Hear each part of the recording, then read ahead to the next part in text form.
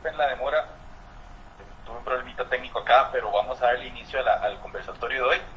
Nada más recordarles que esto es un esfuerzo importante, conjunto de la plataforma de justicia espacial. Nos pueden seguir en justiciaespacial.com, un esfuerzo de la Universidad Veritas, la Escuela de Arquitectura, la Fundación Clave, Entre Nos Atelier y la Asociación Nacional de Alcaldías e Intendencias.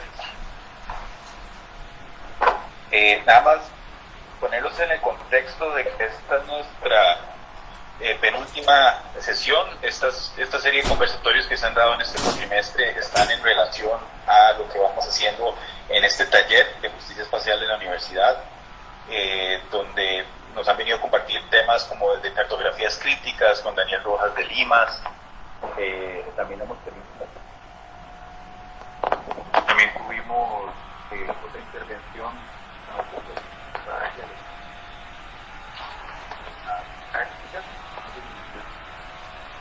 Mike, creo que te estamos perdiendo en audio.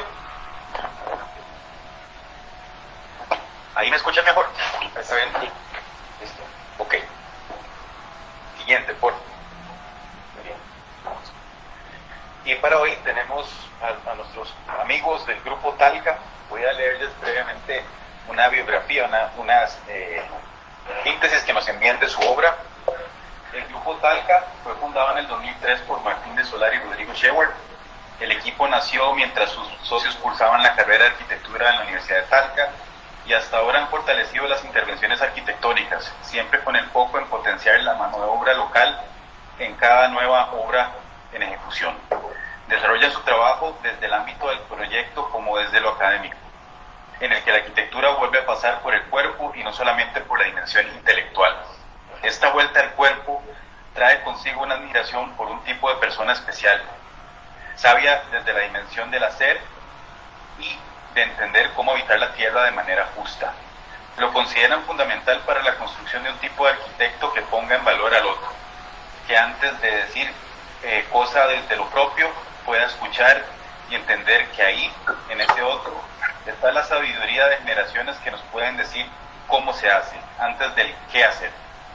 Este orden en los factores creemos que es fundamental al momento de diseñar.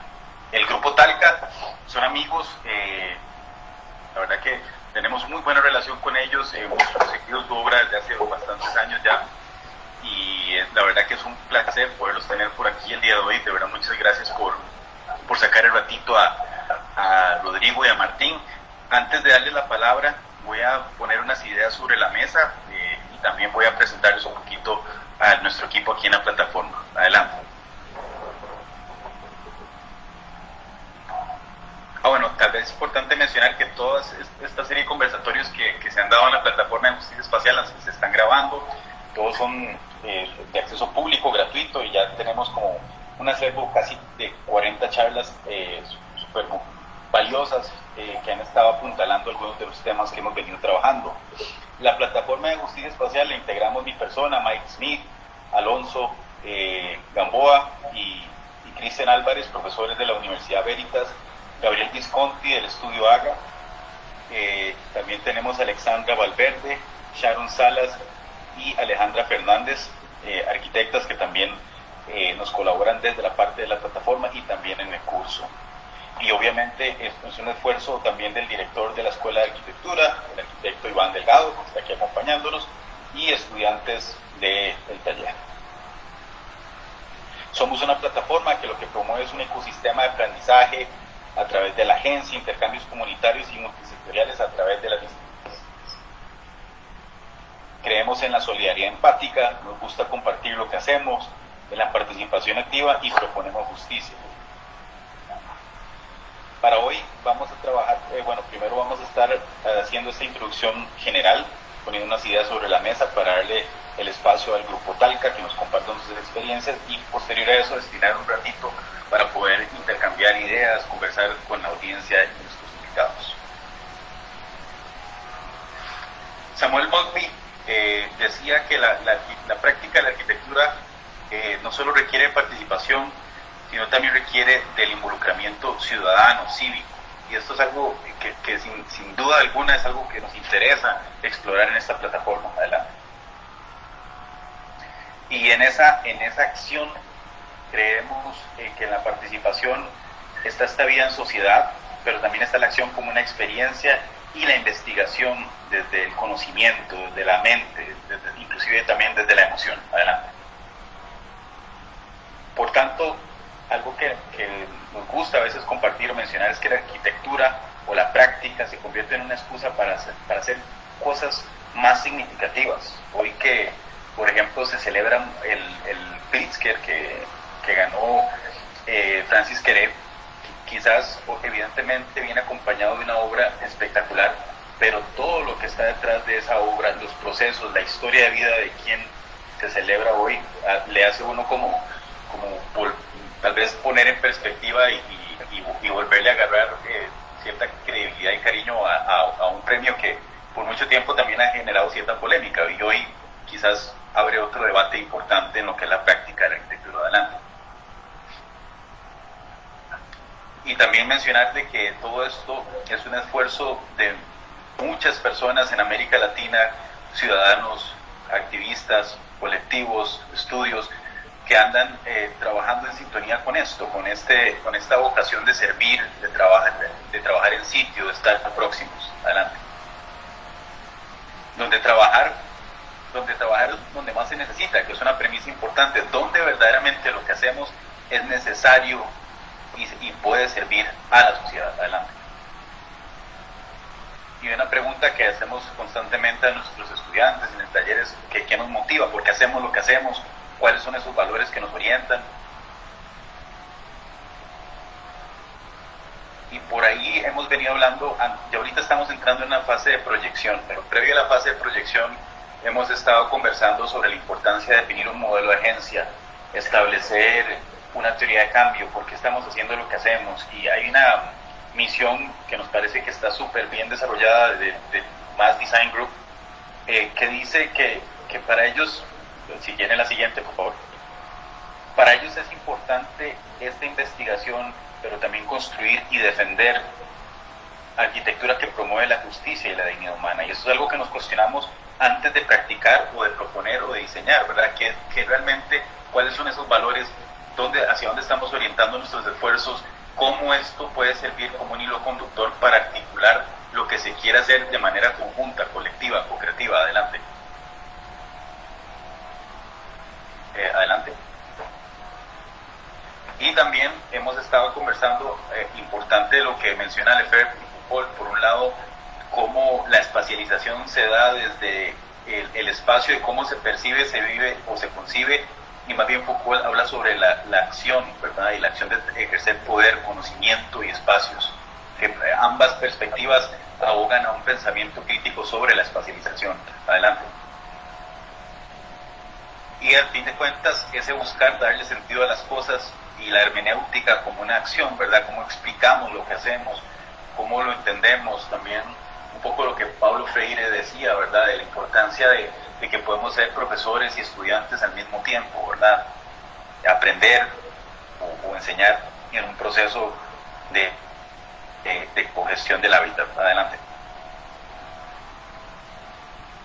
Por aquí algunas imágenes. Estamos entrando en una fase de proyección que tomo del estudio de Dominique Coulon en Estrasburgo, donde pues hay muchas maneras de entrar en la proyección, y ahorita donde estamos nada más queríamos ilustrar, si quieres lo vas pasando, Alonso, por favor.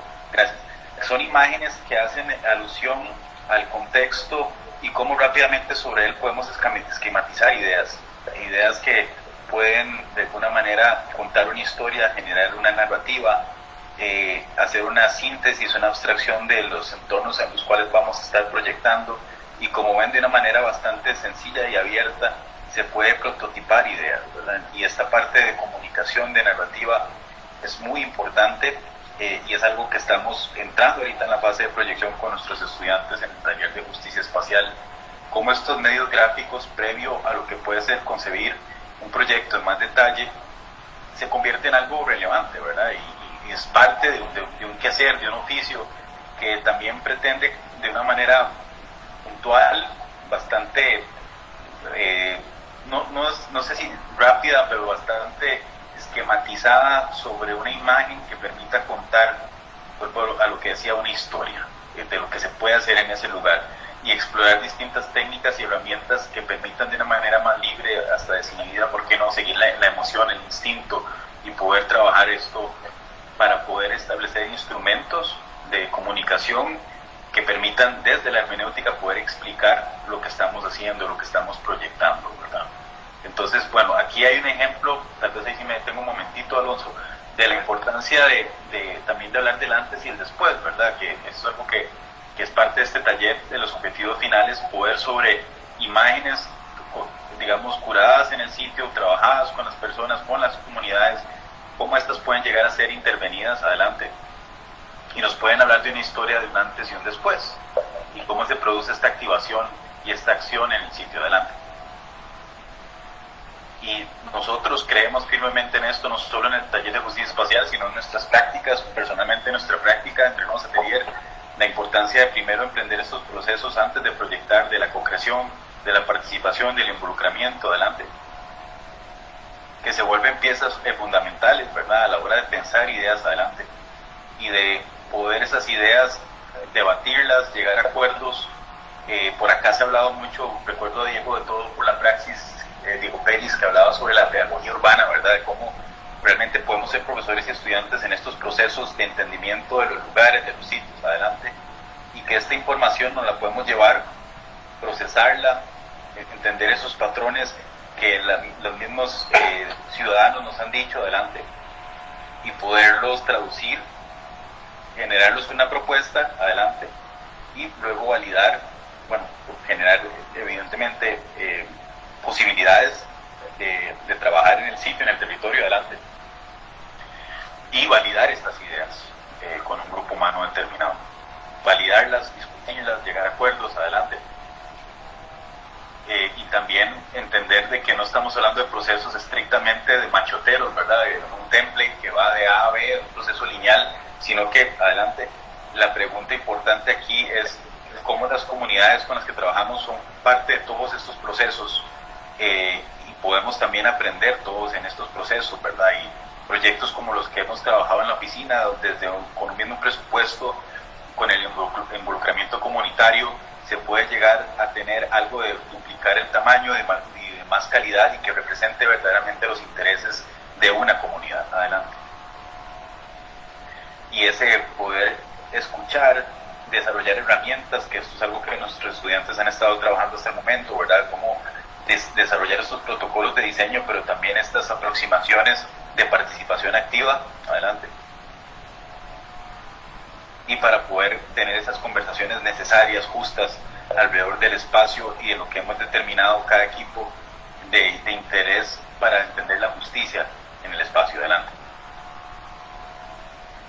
Y para esto volvemos a estas herramientas fundamentales de un antes y un después, cómo se puede prototipar esto desde un urbanismo táctico, por ejemplo, hasta llegar a intervenciones más estables, hasta algo que se pueda llegar a consolidar en el tiempo adelante.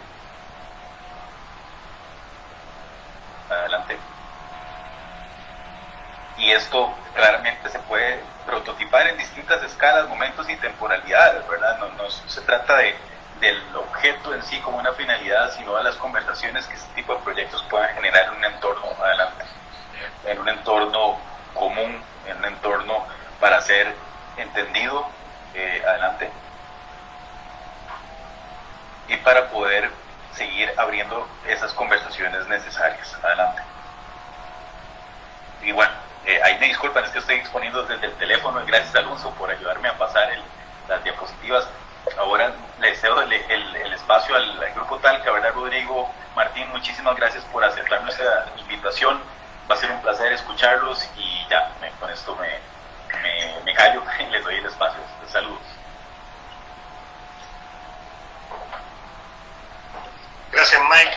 Gracias por la invitación a Mike, entre nos, al taller, a la universidad, por el tiempo que nos van a dar para poder escuchar un poco de lo que hacemos. Nosotros nos conocimos con Mike y Alejandro. Fue en Venezuela, ¿no? El 2015. Creo que sí.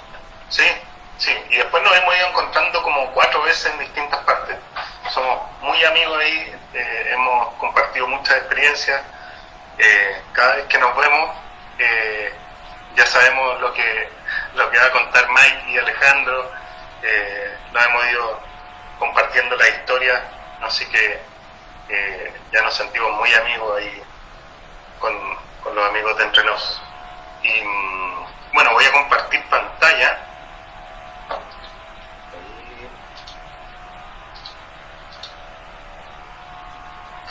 Ahí no sé si está compartiendo. ¿Sí?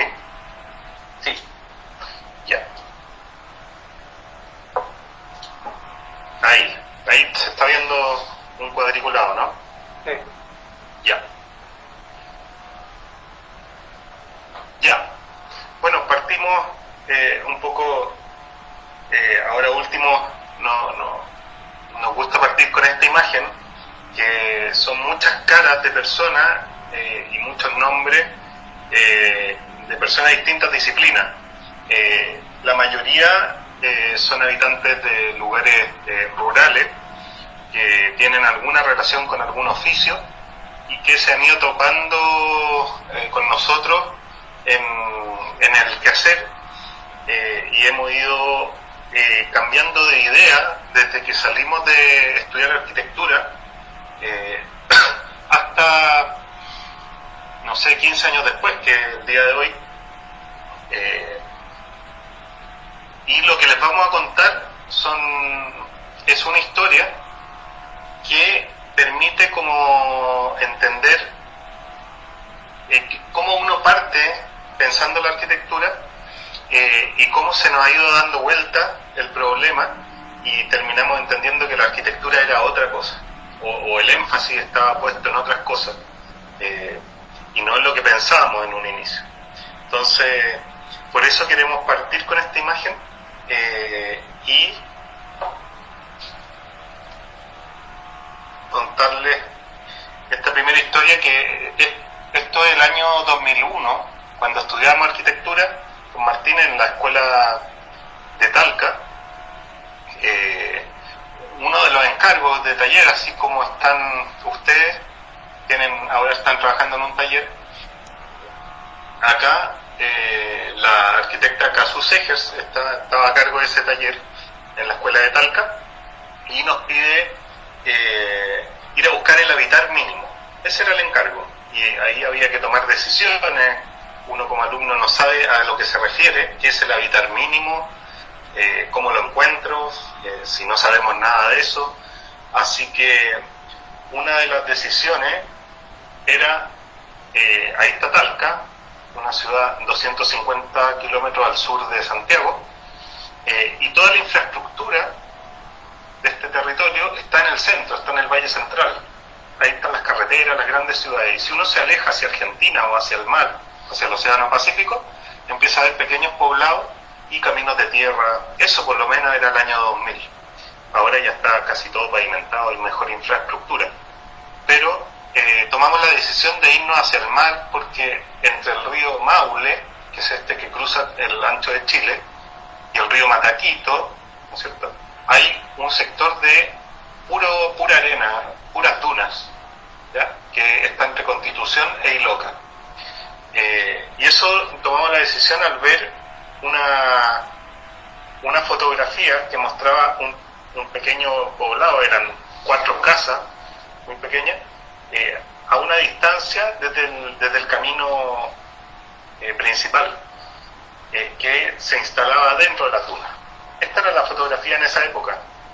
Esta es una fotografía aérea y ahí estaba la conformación de árboles con el camino, y dijimos, bueno, si hay un camino y hay algo ahí, se ven algunas casas, alguien debe vivir ahí, y ¿qué está haciendo una cantidad de gente adentro de la duna? Así que dijimos, bueno, vamos a ver. Y llegamos a esto, desde la carretera, era un sector de pajonales, y se veían los árboles allá, donde habitaba la gente. Y cuando entramos, lo primero que vimos y que nos llamó mucho la atención cuando estábamos en primer año de arquitectura, segundo año, estudiando arquitectura el año 2000-2001, fue esta imagen imágenes de las manos de un pescador reparando una cuerda y unas redes con una aguja especial que nunca la habíamos visto. Cuando conversaba, él casi no miraba lo que hacía, sino que las manos se movían solas y reparaba estas redes. Y eso nos llamó mucho la atención. Y conversamos mucho rato con él, mucho tiempo, y nos invita a almorzar. Dice, bueno, van a comer acá, no hay nada cerca, así que los invito, nos pasamos a su casa, y cuando empezamos a entrar, empezamos a entender de que todas las soluciones constructivas que operaban en la construcción de la vivienda eran cuerdas, ¿no es cierto?, eran nudos y amarras, operados con cuerdas, porque los clavos no eran capaces de unir estas piezas, y si es que se instalaban los clavos, la corrosión los terminaba rompiendo. Entonces, toda la sabiduría y la herencia del oficio era traspasada a la vivienda, y era la mejor solución de unión de piezas que podía haber, eran los nudos y las amarras, gracias a la sabiduría de ese pescador. Y empezamos a ver que parte de una cubierta era la amarra de muchas cuerdas, y eso soportaba un plástico que hacía que abajo esté seco para unos animales, esto que protegía estos pajonales comprimidos por estas dos barras y amarrados, protegía un horno abajo de esta cubierta. Y ahí viene una frase que salía en ese taller, que es cuando el oficio rima a la acción, y era cuando veíamos al pescador reparando redes y viendo cómo resolvía el problema de la construcción de su vivienda. Y eso nos llamó mucho la atención. Ahí dijimos, bueno, acá hay algo importante sobre el habitar mínimo, y es que se opera con lo que hay. ¿Y qué es lo que hay? Hay redes, hay cuerdas, y hay una sabiduría que está instalada en esa persona, y esa inteligencia está en la mano, ¿ya? Y eso era lo que teníamos para poder diseñar. O sea, teníamos que entender qué es lo que hacía esa persona, cómo lo hacía, el cómo se hace. Cuando teníamos entendido el cómo se hace cualquier cosa, cómo se repara una red, podíamos proponer cómo se construye una vivienda con esa misma mano de obra, y no traer mano de obra de afuera, que iba a ser más cara, no va a haber apropiación sobre la obra, y van a traer otras técnicas, no van a saber. O sea, el único que sabe reparar y hacer nudos perfectamente para construir y que se pare una vivienda es el pescador, ¿cierto? Pero no quedaba ahí nomás. Después nos da una lección, porque nos dice que volvamos en una semana más, después de varias visitas. En una de las visitas nos dice, vuelvan en una semana más, porque se viene una tormenta. Ahora, miren el cielo, viene entrando una tormenta. Así que en una semana más me acompañan a la playa y recogemos todo lo que el mar me va a devolver para ampliar mi vivienda. Y eso para nosotros fue impactante. O sea, cómo él sabía el clima y sabía perfectamente que venía una tormenta, que iban a subir el caudal de los ríos y que iba a arrastrar mucho material que se lo llevaba al mar.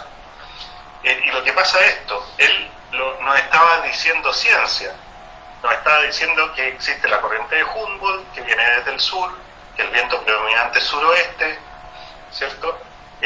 Pero sin saber ciencia. La sabiduría él la había adquirido por analogía, por un aprendizaje por analogía.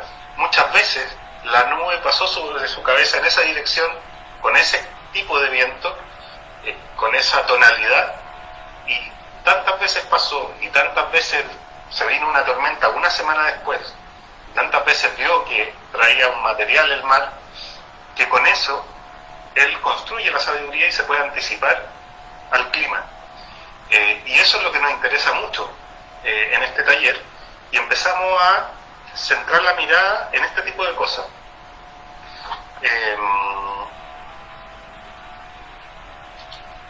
Acá está la cordillera de los Andes, lo que él nos decía, que entra la tormenta, choca con la cordillera de los Andes, suben los ríos, le quitan al ancho de Chile una cantidad de materiales, tablas, lanchas de zinc, cuerdas, de todo. Eso llega al mar, porque sube el río, y eso, la corriente de Humboldt y el viento predominante lo depositan en esta arena, que es de la misma manera como se conformó su territorio. La erosión de la cordillera erosiona la piedra, se convierte en bolones, grava y arena hasta el final. Y eso, la misma corriente de Humboldt, arma los campos dunares siempre al norte de los ríos, acá en Chile. ¿Ya? Entonces, como él sabía eso, sabía que también los materiales que llegan al mar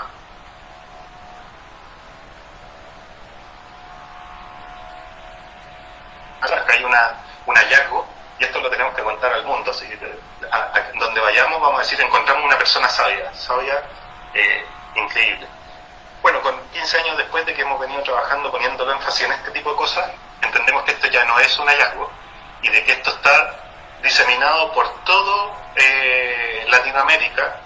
Nuestro territorio latinoamericano contiene esa sabiduría que está instalada en el campesino o en los habitantes de nuestros pueblos originarios. Principalmente en la ciudad hay otro tipo de conocimiento, ¿ya? Se vive más rápido, no hay tiempo para detenerse, hay otro tiempo. Nosotros centramos, por esto que vimos acá, centramos nuestra mirada en la ruralidad y trabajamos muy desde ahí. Acá Martín, si quiere.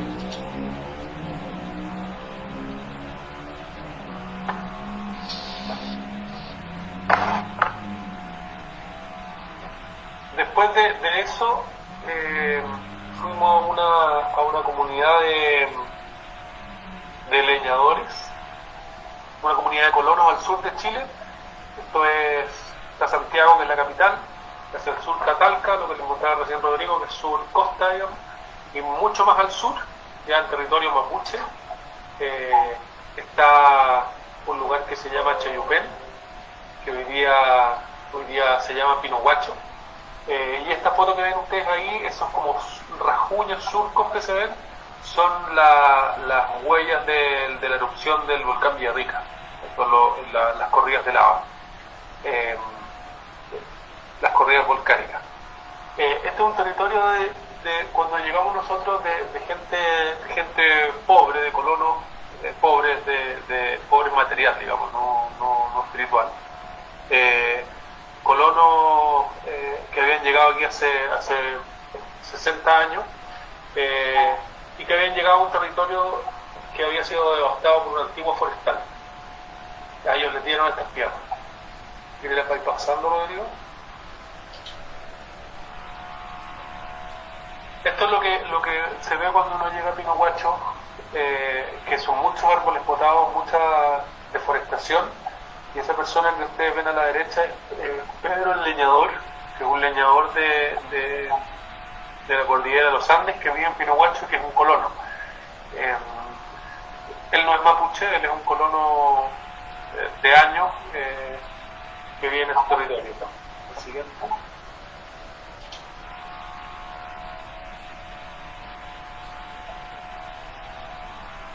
Entonces, él tenía un grave problema, Pedro tenía un grave problema. Sus dos hijos, se habían ido a la ciudad a estudiar turismo y no querían volver a Pinohuacho a ser leñadores.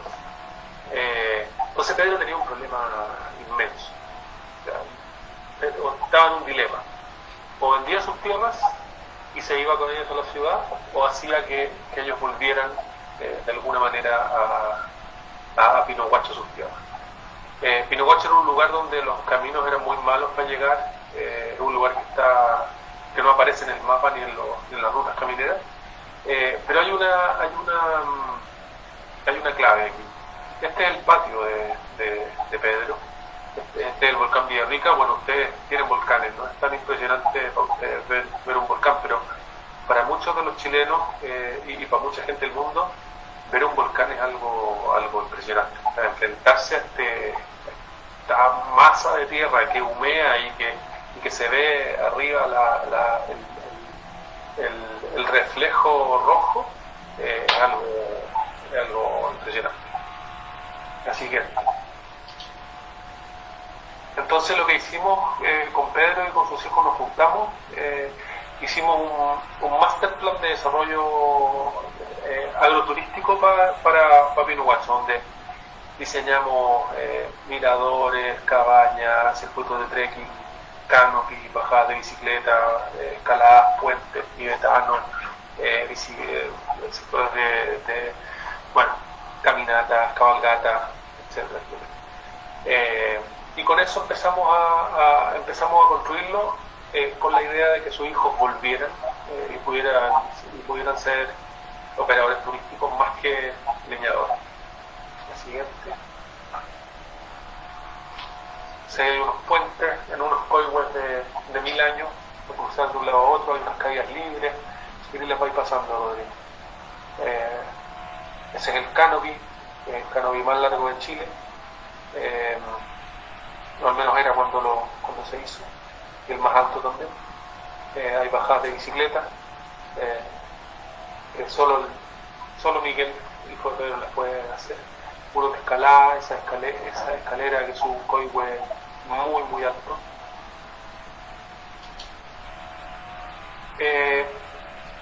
Y con eso nosotros pensábamos que iban a empezar a llegar los turistas y que el agroturismo iba a funcionar, pero no fue así. No llegaban los turistas porque Pinuhuacho seguía sin aparecer en el mapa. Entonces lo que hicimos con Rodrigo y con Pedro y con su hijo fue conversar sobre cómo hacíamos para que llegaran los turistas. Pedro quería hacer 5 cabañas, que era la madera que tenía, la madera que había botado, no era madera que estaba en el suelo. Y con Rodrigo éramos más jóvenes, entonces éramos más idealistas, y dijimos, bueno, hagamos la postal de Pinuhuacho. Con la postal seguro que llega gente. Era como la idea de hacer la Torre Eiffel de Pinuhuacho, no sé, por el Arco del Triunfo, qué sé yo, que no teníamos mucha fe. Y Pedro, que es una persona, Pedro el leñador, que es una persona increíble, de campo, que tiene esperanza todavía y nos creyó y dijo, bueno, hagámoslo. Y te la cedo. Tú lo viviste en carne propia, así que dale. Y ahí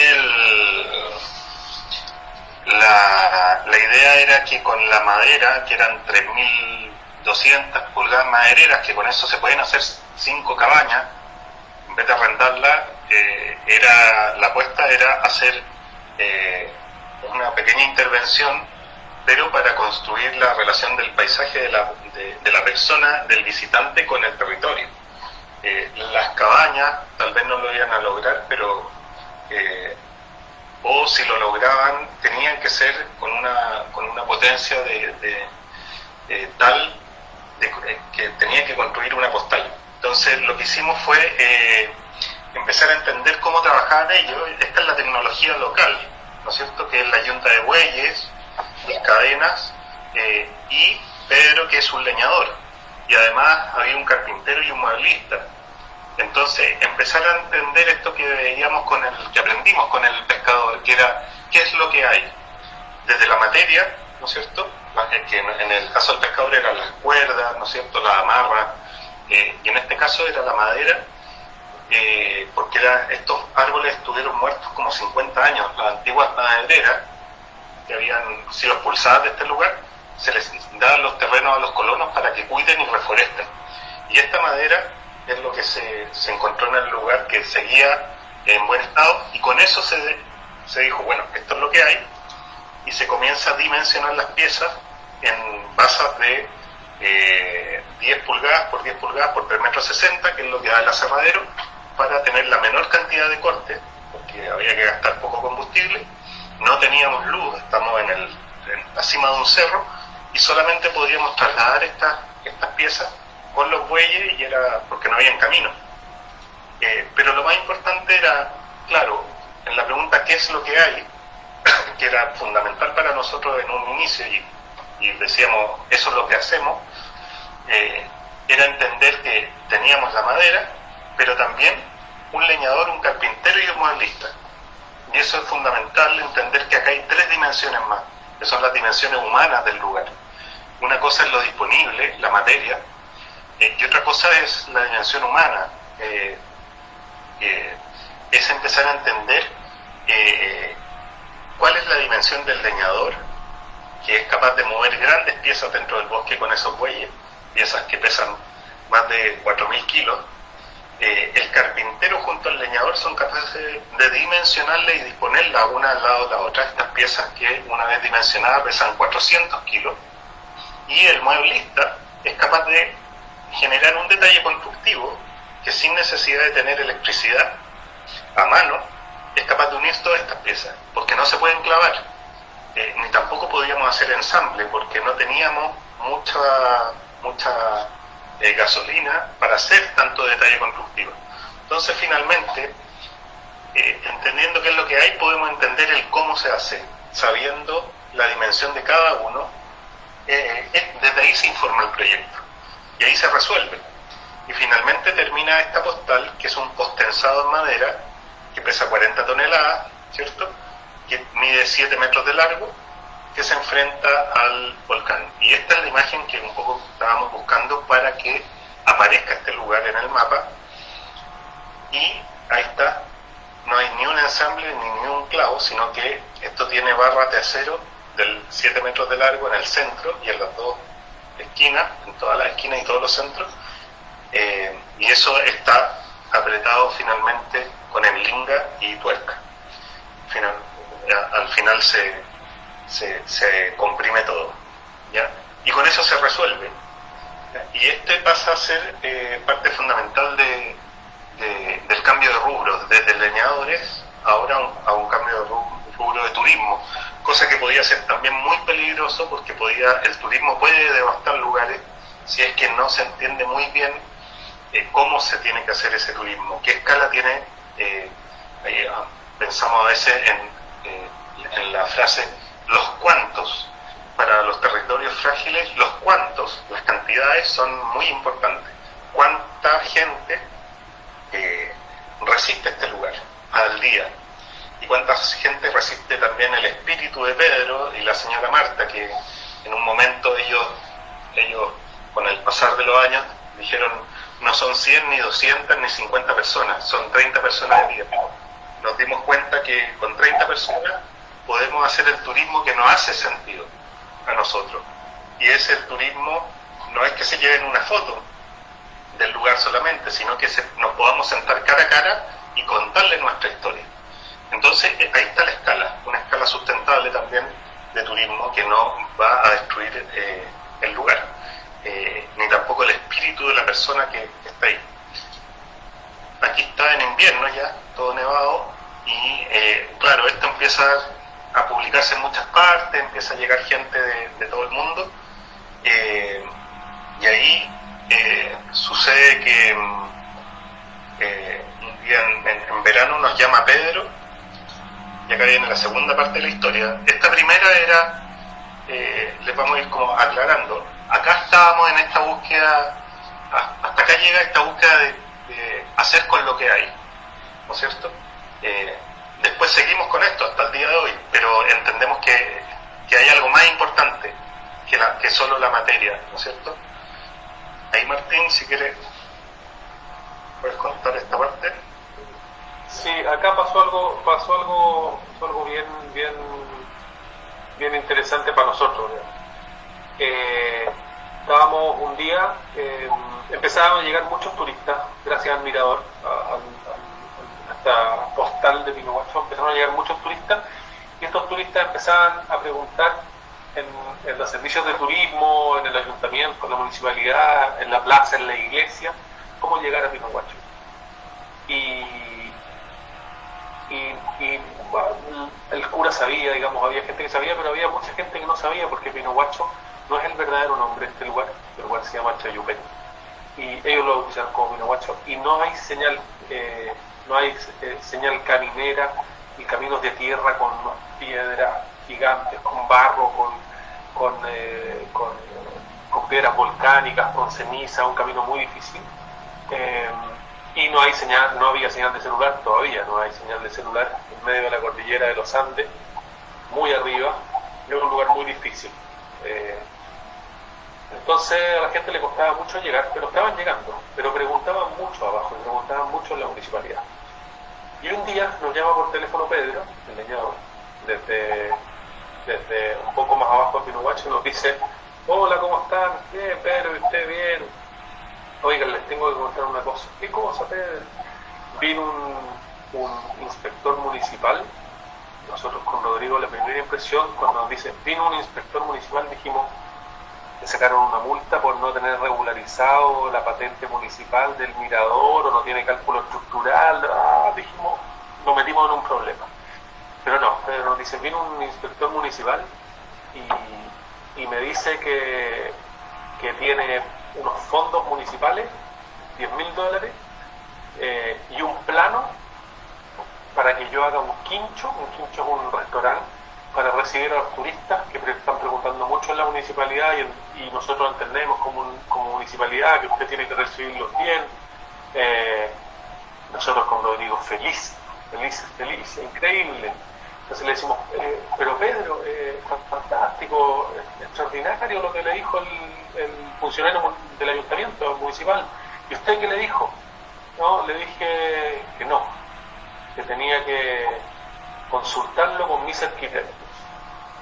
Entonces nosotros con Rodrigo siempre hemos tratado de dibujar e imaginarnos la cara de ese funcionario municipal que llegó a la mitad de la cordillera de los Andes, donde hay un leñador que anda con el hacha rústico, donde no hay teléfono, donde no hay camino, y él le dijo: tengo que consultarlo con mis arquitectos. Debe haber sido una cosa, se le deben hacer los ojos, no sé, algo le debe haber pasado, se desmayó, no sé. Y bueno, finalmente Pedro le dice: sí, perfecto, ya, denme la plata, pero mis arquitectos van a diseñar. Y hicimos este quincho, este restaurante que está en la cota más baja de Pinuhuacho. Y también partimos con la pregunta: ¿qué es lo que hay? Bueno, estaba Pedro, estaba Carlos, estaba Hugo, el leñador, el carpintero y el movilista, y teníamos un poco de madera que sobraba, pero había mucha leña. La leña son unos pedazos grandes, había una antigua tejuelera, y no teníamos motor la tejuelera, pero había un camión militar que se habían comprado con algunos ahorros, un Unimog, muy viejo un camión, pero un camión muy bueno, que lo levantaron con una gata, lo hicieron funcionar en tercera marcha, y con eso hicimos andar la tejuelera. Toda idea de Pedro, que es una persona excepcional, creativo, inteligente, fantástico. Y con eso se hicieron las tejuelas, con madera, con leña, digamos, se hicieron las tejuelas, que es el forro de todo este equipo. Y así quedó. Pásalas nomás. Ahí Martín, si de repente tiene el link, bueno, No, le podemos dar después el link de un video que sale hablando Pedro, el leñador, y cuenta un poco su historia mientras este camión fabrica las tejuelas, toda esta piel que parecen escamas, todo esto es de madera, son 30.000 piezas de madera, y finalmente terminan con este quincho. Ahí está, el mirador está en la cota más alta de ese cerro, el quincho donde se reciben a los turistas ahora, ahí en la cota más baja. Acá está la señora Marta, don Pedro, los hijos, y desde acá es como la base del nuevo rubro que tienen ahora. Y acá lo importante es que cuando Pedro dice, le dije que no, porque le tengo que consultar con mi arquitecto, ahí entendemos que ya no estábamos en la búsqueda de qué es lo que hay, sino que ahí entendimos que estábamos haciendo arquitectura o llevando arquitectura donde la arquitectura no llegó.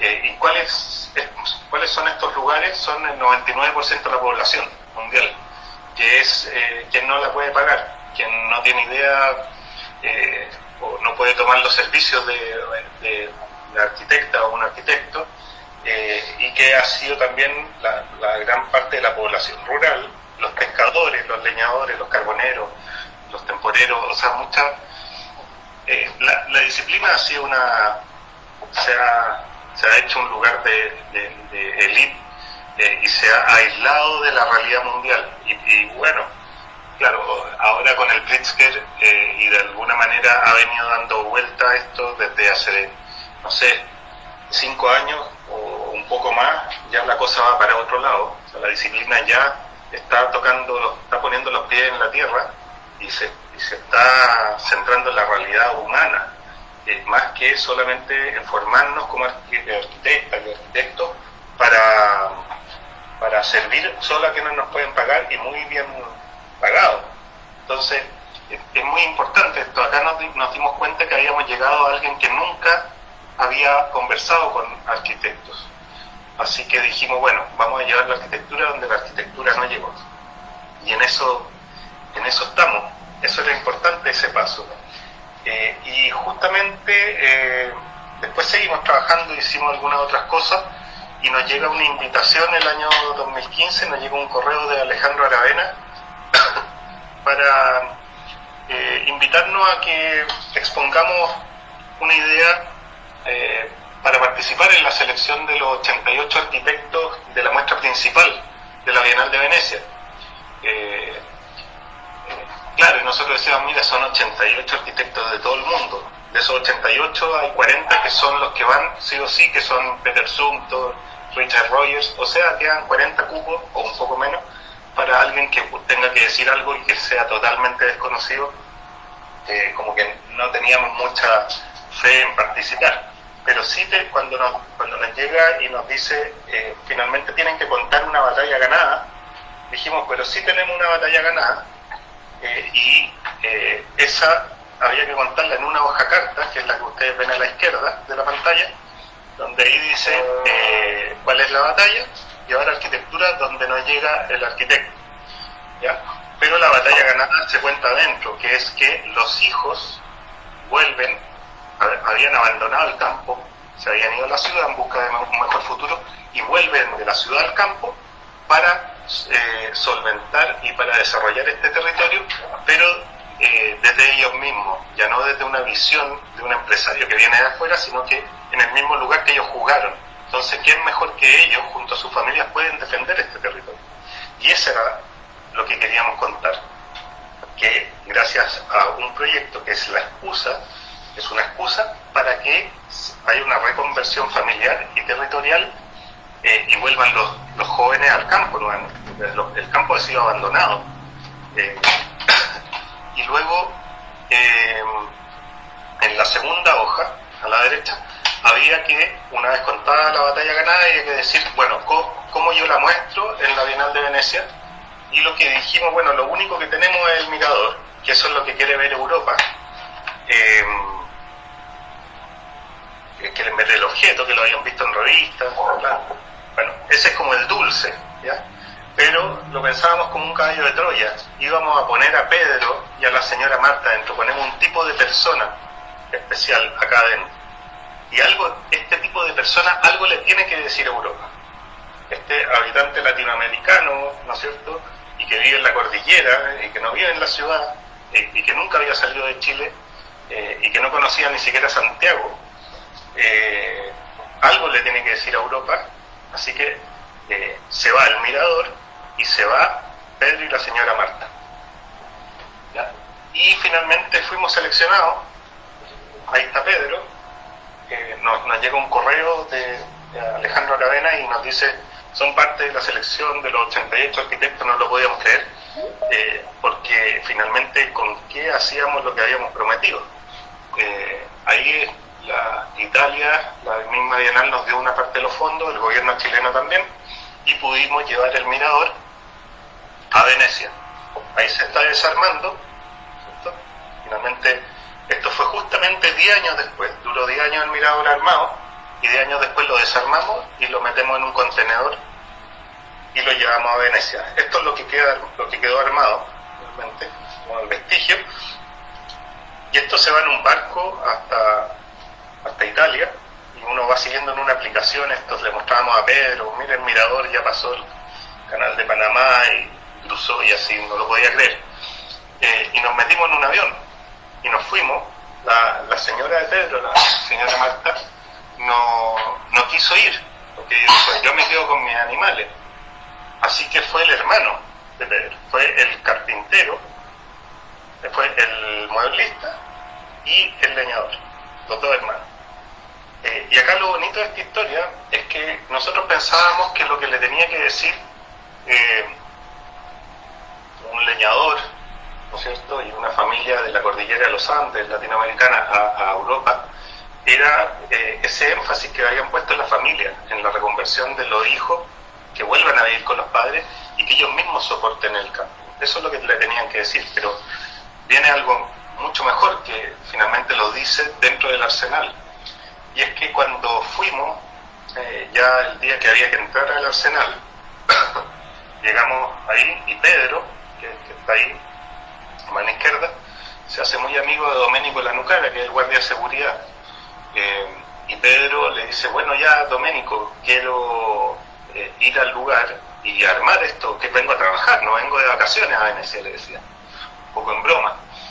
Y Doménico le dice, ok, venga, yo lo acompaño y le muestro el lugar. Y llegamos a este lugar, que son 70 metros cuadrados, donde nosotros teníamos que armar la exposición y armar el mirador afuera, frente al canal, afuera del arsenal.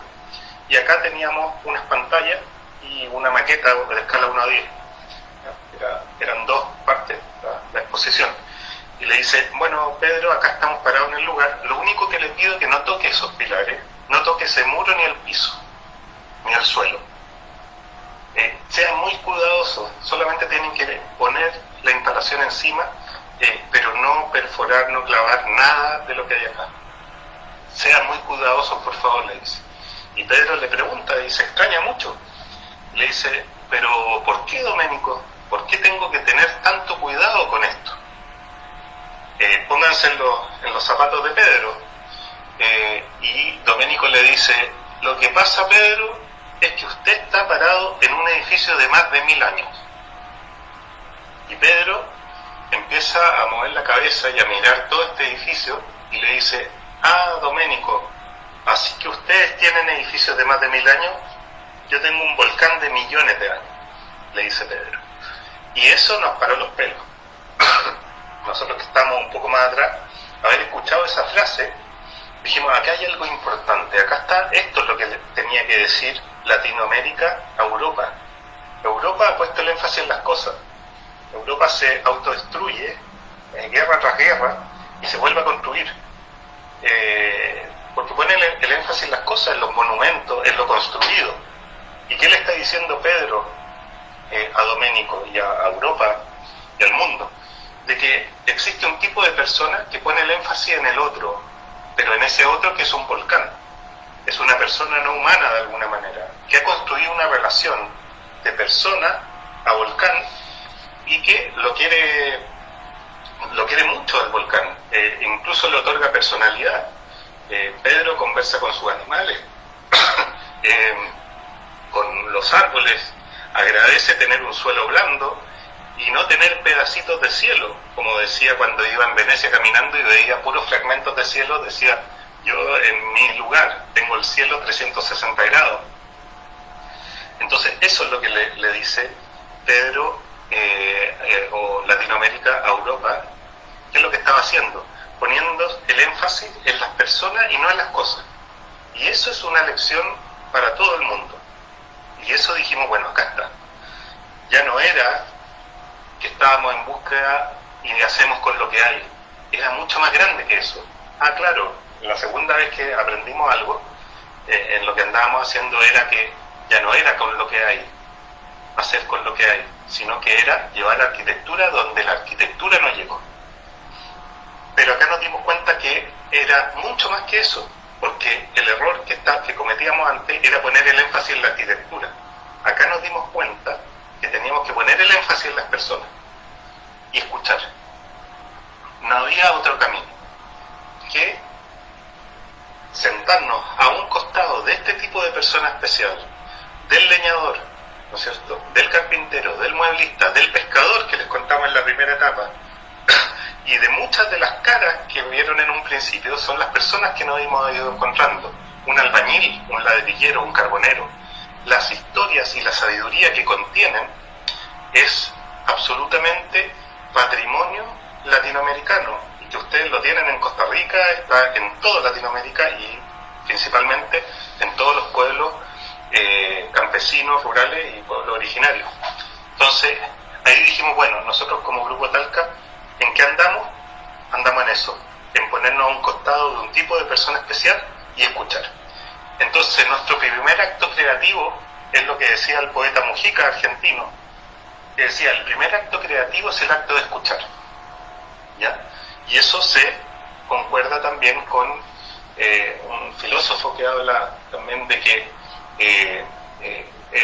como la clave de la sabiduría está en el perfecto equilibrio entre lo receptivo y lo creativo, ¿ya? Si yo soy solo creativo, puedo destruir el mundo.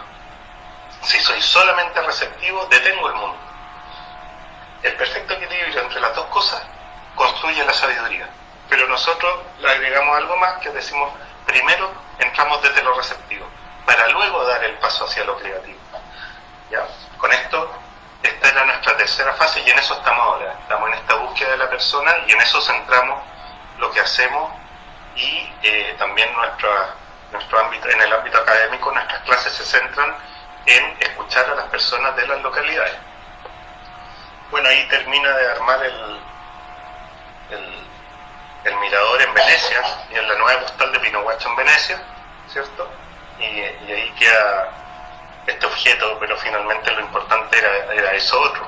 Ahí están los hijos de Pedro, Miguel y Danilo, quienes se hacen cargo hoy en día del turismo y trabajan junto a sus padres en este proyecto. Ya se hicieron cada uno su casa y viven con sus familias, sus hijos, y no abandonaron este territorio que corría el riesgo de que esto se tuviera que vender para que los padres se fueran a vivir junto a los hijos a la ciudad. Entonces, como decía Mike, el proyecto es una excusa finalmente, porque lo que andamos buscando es la dignificación humana, ¿no es cierto?, del habitar en el territorio. Y bueno, después hemos ido trabajamos en la Patagonia. Ahí conocimos a un leñador y a una leñadora, Violeta y Rubén, entre medio, con un proyecto muy bonito que estamos ahí trabajando. Estamos viendo si seguimos con una primera infraestructura. Por tema de tiempo, les vamos a mostrar ahora lo último que estamos haciendo ahora, que es un proyecto que estamos desarrollando junto a la Oficina Ecuatoriana del Borde, que es un encargo que les llega a ellos, a Ecuador, y nos invitan a participar porque se construye en Chile. Entonces, lo que hacemos fue hacer un proceso justo en pandemia de diseño por vía Zoom con Ecuador y nosotros haciendo la visita a los terrenos. Finalmente diseñamos juntos y construimos como Grupo Talca. Para nosotros es fundamental no abandonar la obra. Nosotros como Grupo Talca, todo lo que diseñamos lo construimos. Si alguien nos pide solamente el diseño, no entramos en eso porque no nos interesa, si es que no pasamos por la obra, porque entendemos que en la obra se aprende lo que se diseña. No hay otra manera que yo aprenda lo que diseñé si no paso por esa obra que diseñé y la construyo y estoy todos los días en esa obra. Acá tenemos también en esta obra fundamental estas tres caras. Está Pepe, que es discípulo de Pedro, que aprendió carpintería junto a Pedro en un proyecto juntos, quien vive acá ahora cerca de este proyecto y que se hace cargo de todo lo que tiene que ver con la madera. Entonces este proyecto tiene madera porque hay quien lo sabe hacer y vive cerca del lugar, y tenemos las piezas de madera y todo. Y estas dos personas, que está Jorge y don Juan Rojo, que son los que saben y tienen la cantera de piedra. Entonces, como tenemos la sabiduría de las personas que están relacionadas con una materia y saben cómo se hacen las cosas, podemos diseñar. Porque nosotros no entendemos cómo podemos diseñar algo si no sabemos cómo se hace. Para nosotros es un contrasentido.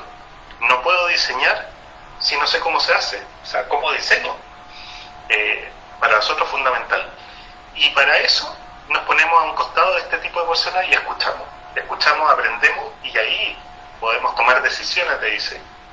Entonces, para mostrar qué es lo que estamos haciendo, es una obra en piedra y madera, y ahí está don Juan Rojo, una persona muy dura, casi como la piedra, pero increíble, con un sentido del humor muy ácido, y que nos ha enseñado mucho de piedra, y él es el dueño de la cantera, que está a 1 kilómetro de la obra. Entonces, decisión, trabajamos con lo que hay, la piedra, y esa sabiduría del lugar, y escuchamos. Se van juntando todos estos 15 años de historia en esto. Y luego, como sabemos que Pepe aprendió de Pedro, que es un carpintero pero increíble, y Pepe estuvo 3 meses trabajando con Pedro en una obra y Pedro le enseñó todo lo que sabe, podíamos diseñar en madera, porque sabemos qué es lo que sabe hacer Pedro y sabe hacer Pepe. Así que podemos diseñar porque sabemos cómo lo hace. Sabemos qué detalles constructivos saben hacer. Y para nosotros es fundamental una idea que se nos ocurrió en un momento cuando llegábamos con planos a obra y los planos se mojaban o quedaban bajo la nieve, el barro, y la gente miraba los planos de Pedro y no sabían leer los planos. Plantas, cortes, elevaciones no saben. Entonces, ¿qué es lo que hacíamos? Decidimos hacer, para el mirador se hizo una maqueta 1:10 y se construyó mirando la maqueta con un escalímetro. Y en este caso se hizo una maqueta 1:25, la tenemos acá. Esta maqueta queda en obra hasta que se termina todo lo que es todo lo que se puede ver acá. Entonces está maqueteado todos los detalles constructivos, las diagonales, los encuentros de los pies derechos, dónde hay que cortarlos, las llegadas, los pernos, todo se va maqueteando en escala 1:25 para que la maqueta se instale en la obra y los carpinteros puedan desde la maqueta con el escalímetro ir tomando todas las medidas y haciendo la construcción, porque tienen ahí todo, están todas las medidas, están los cortes, están las plantas, las elevaciones, es un modelo 3D, pero finalmente lo tienen en la mano. Eso muy bien pegado, no se rompe, no se mancha con barro, los planos no se mojan y lo saben ver. Entonces trabajamos con esto que se llama maqueta de obra, y son maquetas, la escala más grande que trabajamos es la 1:25, y podemos llegar a trabajar escala 1:10 o 1:5 en detalle, y todo eso se lleva a la obra. Estos son, como sabemos, lo que sabe hacer Pedro y Pepe. Miren el encuentro son 6 vigas con un pilar. Ahí está dibujado, ahí están los detalles, todo esto se hace con formón a mano, y se hace la llegada de estas vigas, los encuentros. Y finalmente empieza a aparecer esta estructura de madera, ¿no es cierto?, con esta piedra confinada, que es lo que hace la familia Rojo. La piedra del lugar, con una mano de obra increíble, y se juntan estos dos mundos, de los carpinteros y los pedreros. En la construcción de los pavimentos, la piedra confinada en esta estructura de madera, ahí están los detalles, las crucetas, como las sabe hacer la gente del sur, para que las vigas no se doblen. Uno de los desafíos también acá era que no vamos a ocupar ningún revestimiento, ninguna pintura, nada. Lo que vamos a hacer es que todo quede a la vista tal como viene. Esto viene del aserradero así, la madera, esto es madera, no se pinta. Esto es piedra, estas son las terminaciones. También por fuera va tinglado de madera, los pisos de piedra y los muros también acá al lado de piedra. Y finalmente el diálogo entre estos dos oficios, ahí está el segundo piso, que es todo madera. Estamos casi por terminar esta vivienda, así que estamos bien contentos porque lo que ha sido es que es la primera obra que junta dos oficios muy fuertes, que son los pedreros y los carpinteros. Siempre habíamos trabajado o solo con pedreros o solo con madera, o materiales individuales, y ahora estamos en esta idea de juntar estos dos mundos, y las conversaciones entre ellos es súper enriquecedor lo que pasa en la obra. Y fundamental nosotros estar construyendo esto, porque aprendemos todo lo que diseñamos. Eso para nosotros es fundamental. Pero ponernos a un costado de ellos y estar en el día a día y aprender, porque seguro que el siguiente diseño en piedra y en madera va a ser mucho mejor, porque lo aprendimos. Por eso no abandonamos la obra. Y para terminar, queríamos volver a mostrarle esta secuencia de imágenes, que es la que partimos en un comienzo. Y acá se pueden ver, ¿no es cierto?, Pedro, la señora Marta, mira, ahí está Mike. Son gente que ahí está la Cazú, un escultor, acá está Violeta, la leñadora, con Rubén, mucha gente que hemos ido encontrando en el camino, de la cual ha sido un gusto poder escucharlo y aprender de ellos, ¿cierto? Así que por eso nuevamente ponemos el énfasis en las personas, y creemos que eso es lo más importante para nosotros, ponernos a un costado de este tipo de persona especial que tenemos en Latinoamérica y escuchar. Eso. Voy a dejar de compartir.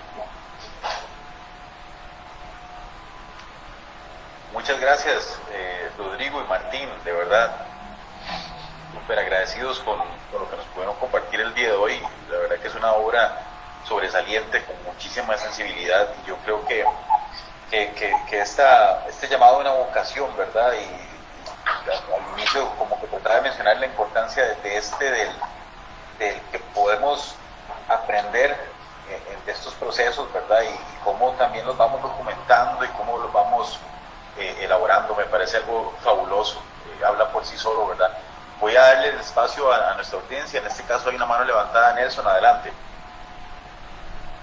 Bueno, primero que todo agradecerles por el tiempo. O sea, esto puede ser que hasta el momento haya sido una de las charlas más ricas que he recibido en toda la carrera que llevo como estudiante. Especialmente lo que definitivamente el aprendizaje más grande fue lo que comenta Pedro sobre los miradores. Queríamos hacer una pregunta, digamos, en el grupo de nosotros. Uno de los programas que nosotros estamos trabajando con una comunidad, específicamente nos pidieron un mirador. Sin embargo, estamos viendo que ustedes trabajaron un mirador en Caracas que se llama el 70, si no me equivoco, Barrio 70. Entonces quería saber si nos podían comentar un poco sobre cómo este proyecto, cómo los miradores afectan, digamos, el espacio urbano en un contexto, digamos, ya más urbano, no tanto simplemente, digamos, meramente como alejado, ¿verdad?, en zonas rurales, sino cómo ha sido la experiencia de ustedes, digamos, con el tema del mirador en contextos urbanos. Claro, ahí lo pensamos, que finalmente el mirador es una excusa, o es de alguna manera el mirador es lo que pone en relación al cuerpo, a la persona, al visitante, con una dimensión mayor, que es este territorio. Es justamente el vínculo entre esto inconmensurable, que es la gran medida de lo que se mira, y el cuerpo humano que está en ese lugar. Es el intermediario entre estas dos cosas. En el caso de Pedro y Pinohuacho, este objeto puesto en el lugar, el mirador, es lo que le da la medida a la persona ante este volcán increíble. Y en el caso de Caracas, ya en un contexto urbano, en una favela, lo que significó el mirador fue casi una petición de la gente que trabajó para nosotros. Ahí es una historia larga. Nuestra mano de obra eran 15 sicarios, que el Bran, el jefe de la mafia, ponía a disposición nuestra para que pudiéramos enseñarles carpintería, albañilería y trabajar para nosotros. Y se vestían de rojo porque si llegaba la policía podían haber disparos. Entonces tenían que estar, la policía sabía que los de rojo no podían dispararle. Era una cosa bastante compleja. Entonces finalmente este espacio de Caracas, esto se llama Espacios de Paz, terminó siendo un mirador casi por petición de la mafia. Era la torre de vigía, este mirador, que veía si es que se acercaba la policía. Pero lo que queríamos hacer, eso fue un poco la negociación. Terminó siendo el mirador de la favela, pero lo que queríamos hacer era reconvertir este lugar, y lo que pasaba que era el lugar más peligroso de la favela. Acá se mataban las bandas rivales. Entonces había que meter, si hay algo que respetan las bandas rivales, eran a los niños y a los ancianos y a las mujeres. Entonces finalmente se hizo una sede social donde había escuela de danza para las niñas, estaba la sede donde iban los mayores a reuniones y finalmente se hizo una plaza. Y el mirador era una torre que se recicla de materiales del lugar, que era como la moneda de cambio para la gente ahí. Ahora, fue muy bonito haber trabajado con esta guardia personal de la mafia, de alguna manera, porque fue el acercamiento de estas bandas rivales con la comunidad. Entonces, si ellos la construyeron, ellos la van a cuidar. Y ahí pasó que una persona que era el segundo ahí de la mafia, le encantó la carpintería y finalmente termina admirado por la carpintería y se quiere salir de esto y ser carpintero, y termina mandándonos algunos mensajes después de que quería hacer la escuela de la favela, que él quería ser el carpintero, si lo podíamos ayudar también, pero ya estábamos por acá. Entonces, en resumen, si a ustedes les piden un mirador, tengan en cuenta que es para mirar algo, suena súper obvio. Ahora, ¿qué voy a mirar? Casi siempre el mirador tiene que enfrentarse a algo. Y finalmente el mirador es el mediador entre la persona y lo que se mira. Y ahí eso es lo que le da medida y logra dimensionar el territorio o lo que se está mirando, y lo pone en relación con el cuerpo, ¿ya? Entonces hay ahí algo matérico que es muy importante, cómo llega un mirador y finalmente lo puedo tocar, establece una relación de medida conmigo, pero también me enfrenta a lo visto. Pero para nosotros fue fundamental haber escuchado quiénes lo iban a construir y para quiénes eran, ¿cierto? Porque si no, no hubiera sido posible. Si es que no sabíamos quiénes lo iban a construir, no podíamos diseñarlo, porque no sabíamos cómo se unían piezas de 400 kilos sin clavo. Si nosotros habíamos aprendido en la escuela solamente a unir piezas de madera con clavo o con perno. Entonces, ¿cómo se unían estas piezas? Bueno, ellos tenían la respuesta. Entonces creo que es muy importante entrar a cualquier localidad, a cualquier comunidad, primero escuchando, escuchar, para luego dar este paso hacia lo creativo. Gracias. Muchas gracias. Rodrigo. Sigue una mano levantada aquí, William. Les agradecemos y tal vez pueden prender la cámara para hacer el entorno virtual un poco más humano. Entonces, William, adelante. Voy. Bueno, hola, un placer. La verdad es que me uno a las palabras de Nelson, que es lo que dijo al principio, y fue una charla, la verdad es que muy rica. Yo creo que todo lo que hablaron de su relato con todo este conocimiento ancestral, ¿verdad? Y cómo ustedes lo trasladaron a su propia experiencia, fue algo muy enriquecedor, yo creo que para nuestro grupo y bueno, para todos, y también muy inspirador. Me preguntaba un poco más a la hora de tener como este primer contacto con... No se escucha, William. Ahora me escucha mejor, es que ustedes desde el iPhone, entonces... Ahora sí. Sí, bueno, ¿me escucharon la pregunta o que desde cuándo no escucharon? Nada. No escuchó.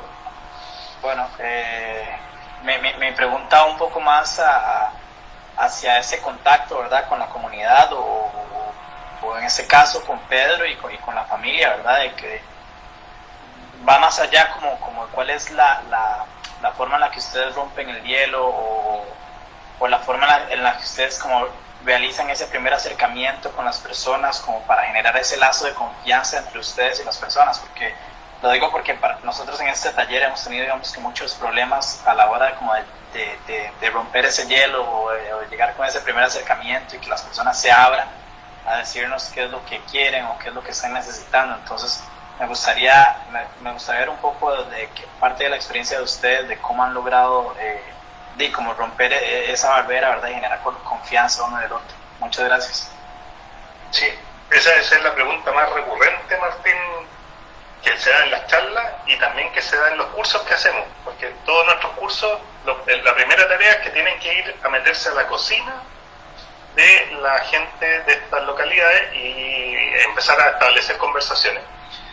Y yo creo que la clave es no ir con respuestas, porque pasa algo con nosotros, ¿no es cierto?, quienes estudiamos en la universidad, que creemos que somos la respuesta para el cambio del mundo, y no somos solo eso. O sea, que estamos en camino para, que queremos un buen cambio en el mundo, pero no somos nosotros solo la respuesta. Entonces, pasa que a veces las conversaciones o las entradas se transforman en un cuestionario. Se va y se pregunta casi como fríamente, como cuestionario, como un funcionario que viene a hacer una encuesta. Entonces, lo que le decimos a nuestros estudiantes es que, claro, les van a decir, ¿y usted qué viene? No tengo idea que vengo, habría que decirle, pero lo único que quiero es conocerlo, conocer su historia, ¿por qué usted está acá?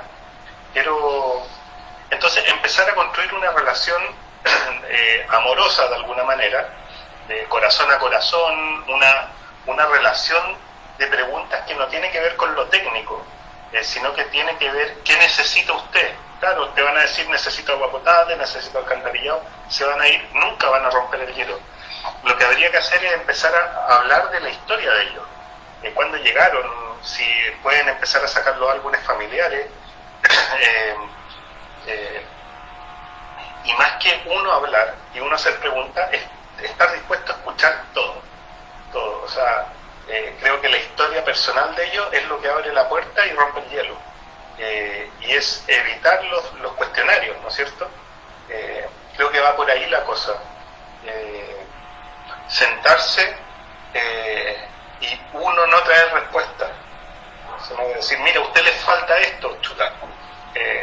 Creo que lo que pueden sacar de las conversaciones y de lo que ellos les diga va a ser mucho más enriquecedor y van a entender las maneras de hacer del lugar para poder llevarse esa información. Y otra cosa fundamental es el estar volviendo. O sea, no basta una visita, hay que ir 4 o 5 veces en la semana, porque la segunda y la tercera te vuelven a reconocer, ya te llaman por el nombre, adquieren confianza, pero si uno va una vez, no sirve. Esto es estar volviendo, ojalá un mes entero. Nosotros rechazamos un proyecto con Martín, de la carretera austral, justamente porque nos dieron la oportunidad de ir una vez. Y dijimos, nosotros no trabajamos así, necesitamos un año de viaje para poder conocer a las personas, porque la relación no se construye en un día, se construye cuando se está volviendo. Sí, claro. Ahí tal vez. ¿Perdón? Dale, William, perdón. Dale. No, añadiendo eso, creo que eso tal vez puede ser la clave. Ya lo decía Mike ahora cuando comentó de la sensibilidad en los proyectos de ustedes, y la verdad es que es bastante inspirador. Nada más, otra consulta que me salió rápida, a ver si no les robo mucho tiempo con respecto a la primera pregunta que realizó Nelson, es que ustedes hablan, y creo que fue Rodrigo que lo mencionó ahora en la presentación, de dar énfasis a las personas y saber escucharlas. Yo creo que eso es un punto clave para todo esto, ¿verdad? No sé si alguna vez les ha pasado o cómo podrían ustedes evitar como caer en cosas antojadizas que pida tal vez la comunidad o la persona, que ustedes digan, bueno, tal vez yo sé que lo que ellos piden probablemente es lo que necesiten, y creo que por ahí va tal vez la parte del mirador. No sé si hay algún consejo como para que ustedes, pues, saber determinar cuándo puede ser como antojadizo o cuándo no, digamos. Y bueno, eso sería. Muchas gracias. Claro, normalmente las pedidas van a ser genéricas. O sea, tal vez el mirador es genérico, tal vez les van a pedir de todo. O sea, todas son posibles y todas son necesarias, está bien, pero finalmente hay que saber detectar cuál de todas esas, o si ustedes pueden traer una nueva, pero después de haber escuchado, cuál de todas esas es capaz de construir un cuerpo social, o de reconstituir el cuerpo social. Creo que es fundamental, porque si esta pedida queda para una persona, va a haber un quiebre social. Si esta pedida le hace bien a un grupo determinado y excluye a otra, pasan a ser proyectos exclusivos, va a haber un quiebre. Entonces, finalmente, el éxito del Mirador de Pinohuacho es que reconstituye un cuerpo social que se había quebrado. Se habían ido los jóvenes y había que traer a los jóvenes de vuelta. Lo incluye a todos. Entonces, yo creo que discriminar cuál de todas es nunca perder de vista la consolidación de un cuerpo social más robusto después del proyecto. Entonces, con este proyecto, ¿estoy rompiendo redes del cuerpo social? Sí, entonces no es. Ya, con este otro proyecto, ¿construye una mayor red del cuerpo social y fortalezco este cuerpo social? Sí, de cual y tal manera. Y con este otro mucho más. Entonces ese es. Entonces hay que tener como, nunca perder de vista el cuerpo social. Y el cuerpo social es donde la gente se siente relacionada, donde se conoce la gente, lugares donde se conoce la gente, donde los proyectos no excluyen a la gran mayoría. Entonces creo que no hay que perder de vista el cuerpo social, porque si no, se transforma en guetos, se transforma en proyectos exclusivos. Sí, claro. Bueno, muchísimas gracias. Oye, hay dos cosas. De la primera pregunta, cortito. Hay una clave también en los miradores, que los miradores uno va a mirar, y ese trayecto del ir, lo que uno demora en llegar al mirador, es de repente hasta más potente que el mirador. El de Pinohuacho uno camina 1 hora por un cerro y yo sé hasta los lugares que paramos a descansar, cuál es la curva, cómo se llega. Y el de Caracas también, me acuerdo que pasábamos por una cancha de golf, una cancha de básquetbol, y jugábamos antes de llegar al mirador. Entonces uno va a mirar, y eso creo que es una clave. No es que uno va andando en un auto caminando y dice, un mirador, y paras y te metes al mirador, sino que vas al mirador. Ese trayecto es importante. Y de la pregunta, de la segunda, el Principito, si no lo han leído, léanlo, porque hay una parte que habla con el zorro. Es lo mismo que dice Rodrigo, no es una vez, domesticar, ir 2, 3, 4 hasta que te conocen y te invitan a almorzar. Ya cuando te invitan a almorzar, entraste a la casa. Aquí en fútbol decimos cuando el puntero corre por el lado y saca el centro, o se mete hasta la cocina. Llego hasta la cocina.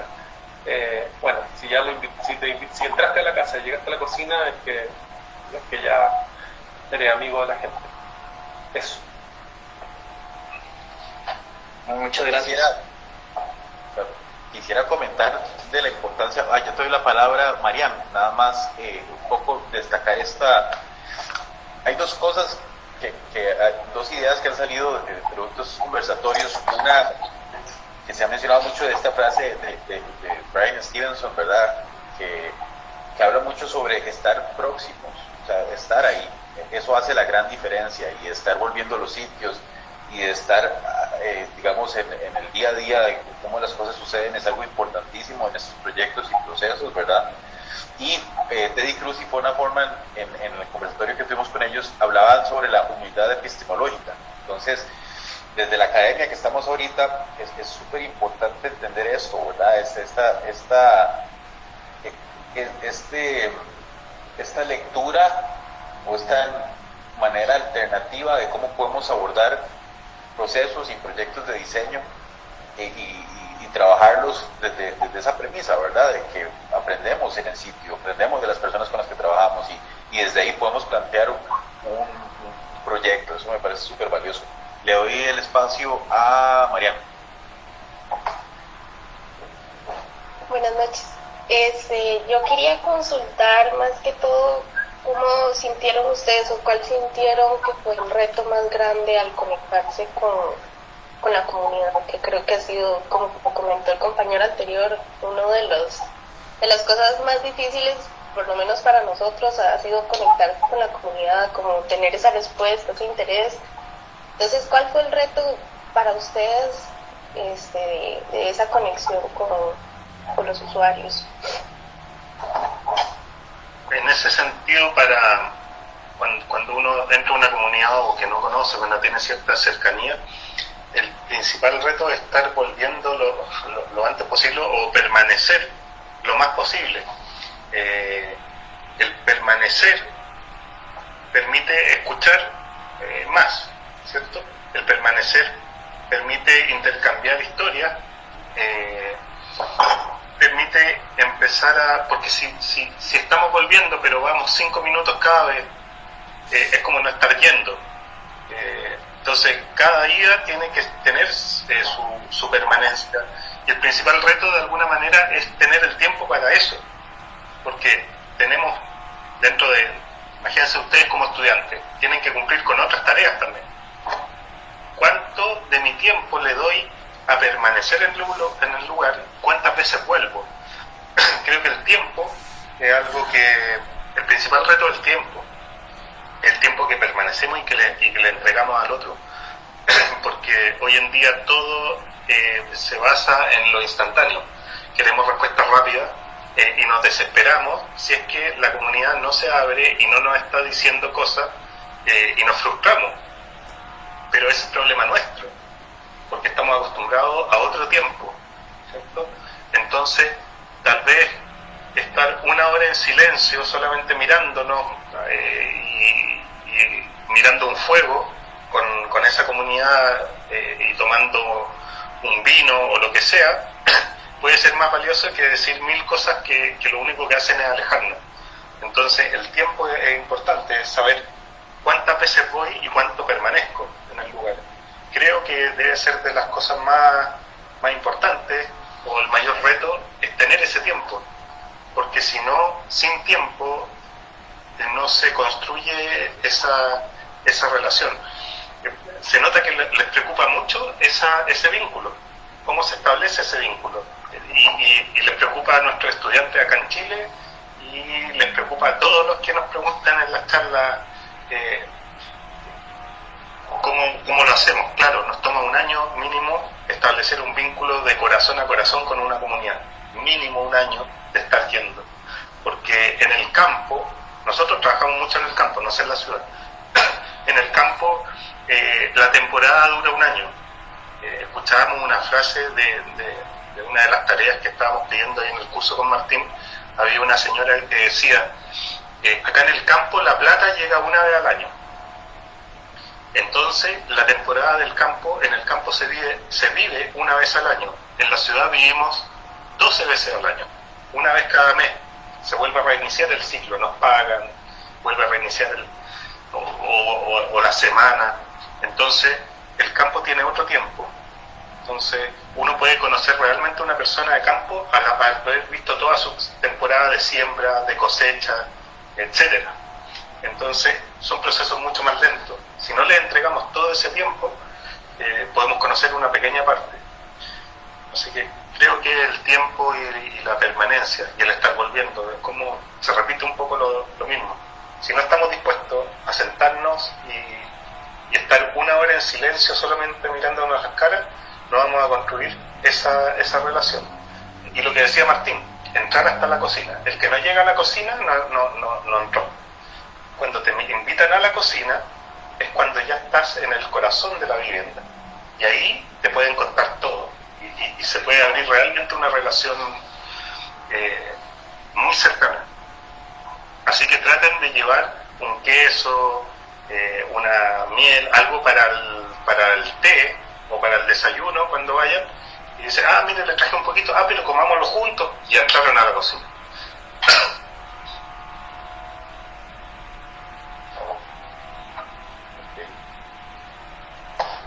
Espero que cuando vengan para Costa Rica nos traigan así un quesito, algo, ¿verdad? Un queso de cabra tenemos. Un queso de cabra. No, buenísimo.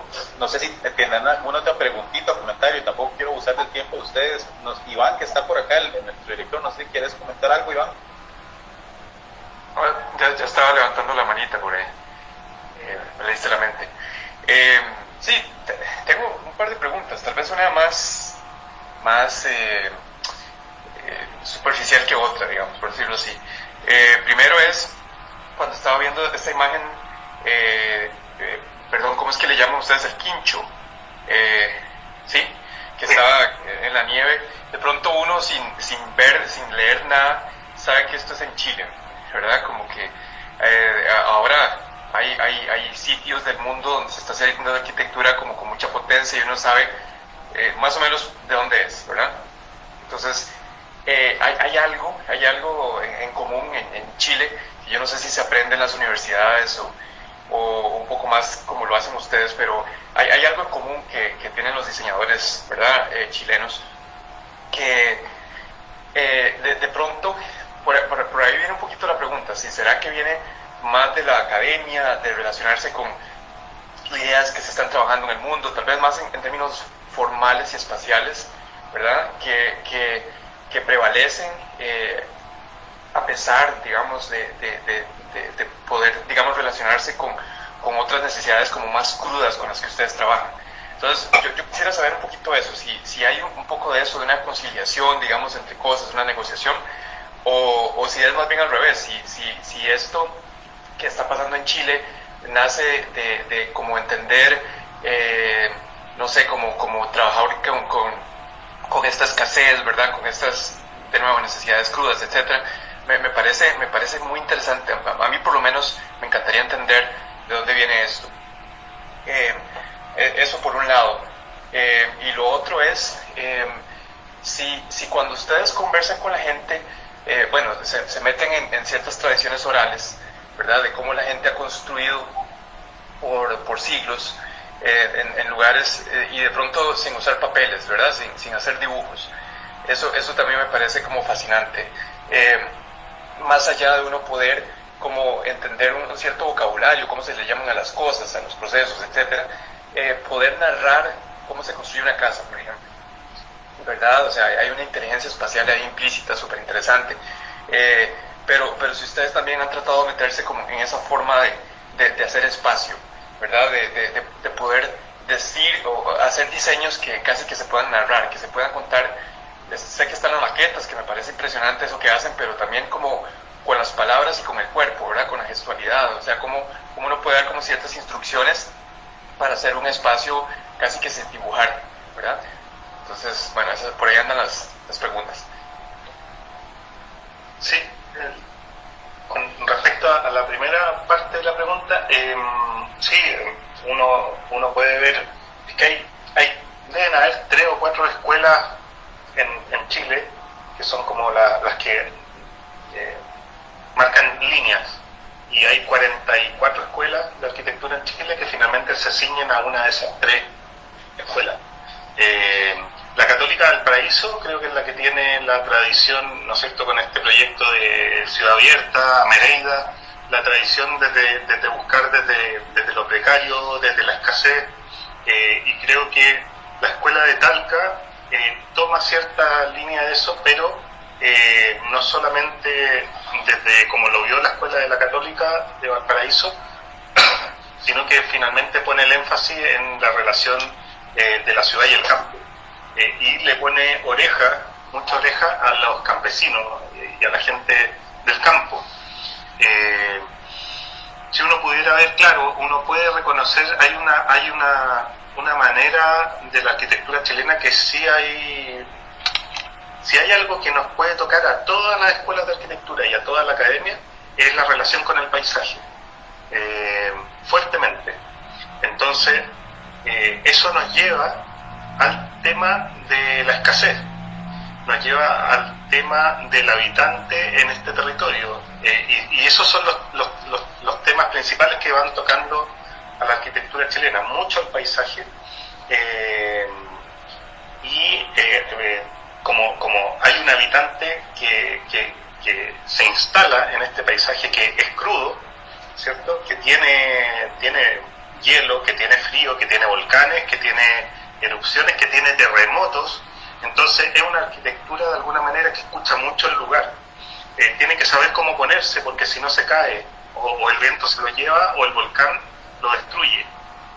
Acá, un poco cuando fuimos a Venezuela, veíamos que sacaban los mangos de los árboles. ahí mismo, y decíamos, ustedes tienen todo, mira el clima, o sea, está todo acá, y ustedes se autodestruyen. Y nosotros en Chile, ¿qué es lo que tenemos que estar?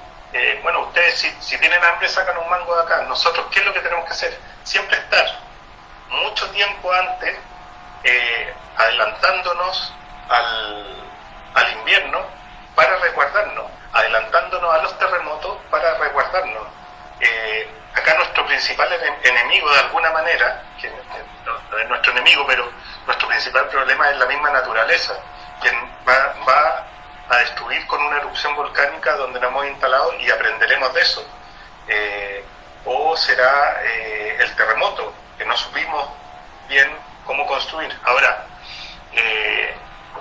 creo que por las condiciones de nuestro país, en Chile, ha hecho que tengamos que escuchar mucho al lugar para saber cómo instalarnos y cómo resolver un problema, justamente por los terremotos, por las condiciones del territorio en que estamos. Nuestro país es de cordillera a mar, es una pendiente que donde corre, si vienen llovidas, hay aluviones, corre mucha agua, hace mucho frío, después tenemos el desierto más árido del mundo, tenemos los campos de hielo en el sur.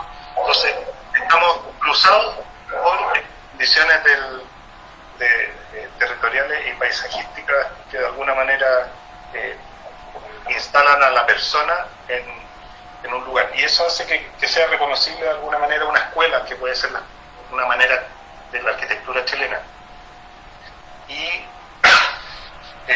la segunda parte de la pregunta, si me la recuerdo. Lo conversamos la mañana.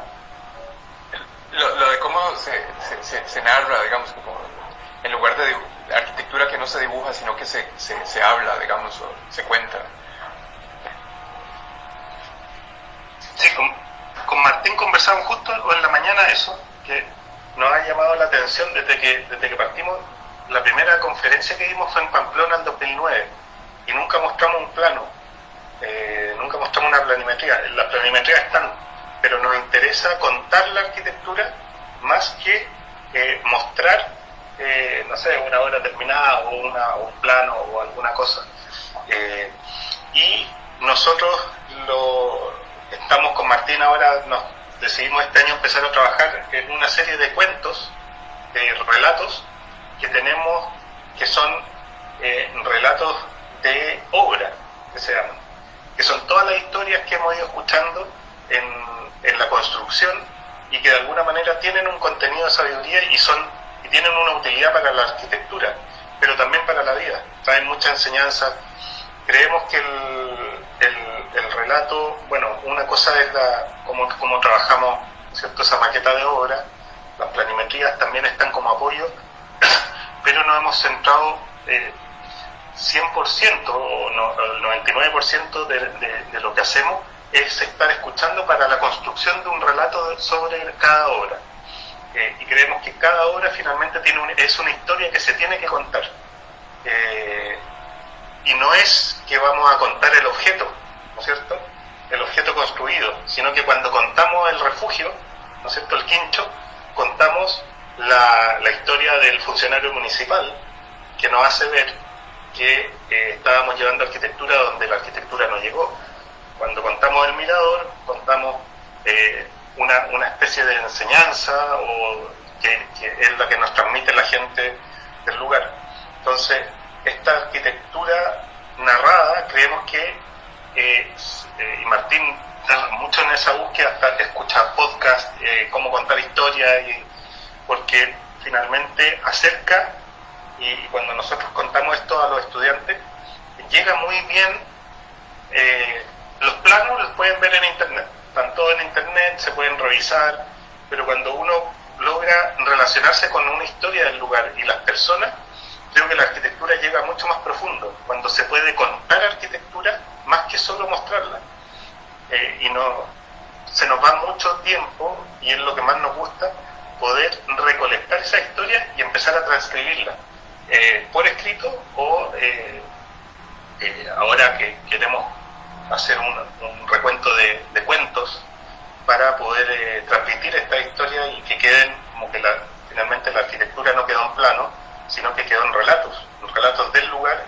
sabiduría. Pero no la sabiduría nuestra, porque nunca vamos a lograr esa sabiduría del lugar. Es la sabiduría de las personas que han vivido generación tras generación enfrentándose a esos lugares. Ellos ya contienen esa sabiduría y eso se transmite de alguna manera a la obra. Y la obra no es 100% fiel a cómo se construyó siempre en ese lugar. Siempre tratamos también de dar un paso en el diseño, o sea, ese quincho tiene una manera contemporánea de abordar el problema. No es el mismo galpón que hizo Pedro, sino que hay una búsqueda desde lo contemporáneo, cómo ocupar la tejuela sin modificarla y sin perder su principal cualidad, de una forma en que se haga pertenencia, porque el mismo galpón de Pedro está multiplicado 1.000.000 de veces por todo el sur, sino que construya identidad en ese lugar.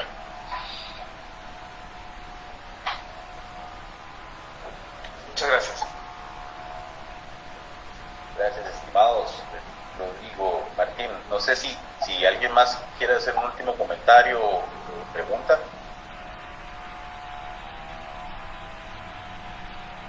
Porque ustedes ya que son, ya es tardito, ¿verdad? En Chile, ya son las 11:30. No, sí, no, a tomarse el tinito y a dormir. Muchachos, de verdad, muchísimas gracias.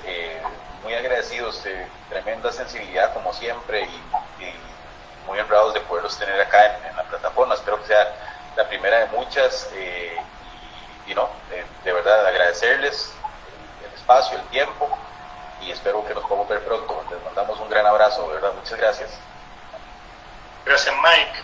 Gracias a la universidad también, al taller y a todos los estudiantes que estuvieron ahí escuchándonos, al director.